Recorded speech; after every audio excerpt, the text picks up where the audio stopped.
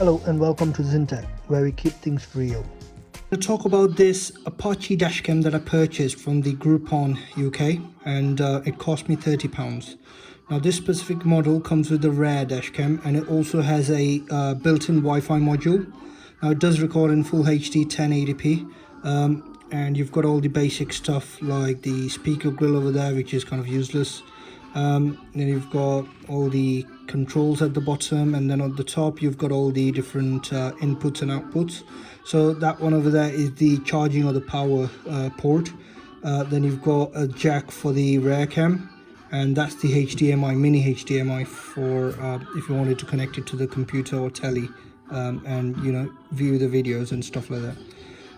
Then you've got the infrared LEDs over here, and then you've got at the bottom you've got all the different controls.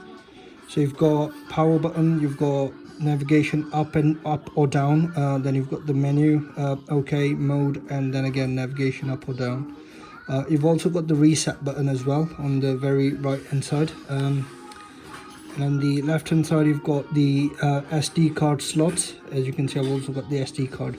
Now one thing to note about this camera is that the Wi-Fi module does not work without an SD card present in there. So that's something you need to bear in mind. So unless I was almost about to return this camera because the Wi-Fi module is not working.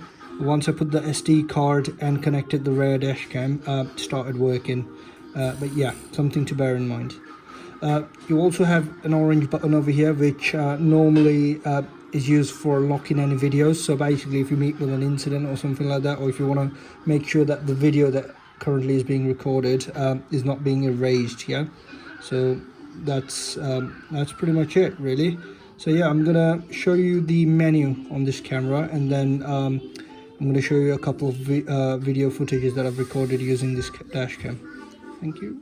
As discussed, I'm going to show you the menu of this dash cam. So basically you press the menu button, and then you've got video quality at the very top. So obviously you use the navigation keys to kind of navigate around the system. So you press OK on that one, and then you get into the actual sub menu. So you've got a few different choices here, but I'll leave it on 1080 full HD. Yeah, so you've got 1080p, then you've got 720p, and then you've got a few others. Yeah, so then you've got photo quality, which is 12, well, say megapixel, but I don't believe that. Then you've got the loop recording. Now normally I would leave the loop recording on as low as possible. So I normally have it on 2 minutes. Then you've got motion detection. Now this feature is quite useful for those who have a car that, where the power cuts off, but my car unfortunately doesn't. So I have that disabled, I don't need it. But what it realistically does is basically if it detects any motion, it just turns on the camera for a brief few seconds so that it records the activities. Then you've got white balance, which I never use. Exposure, again never used. Screensaver, never used. Auto power off, very useful for any vehicles that, again, it's the same as if any vehicle doesn't give constant power supply, this is something you need to enable, because what happens is it just turns off the camera after it detects the power cuts off after a certain time. Then you've got record audio.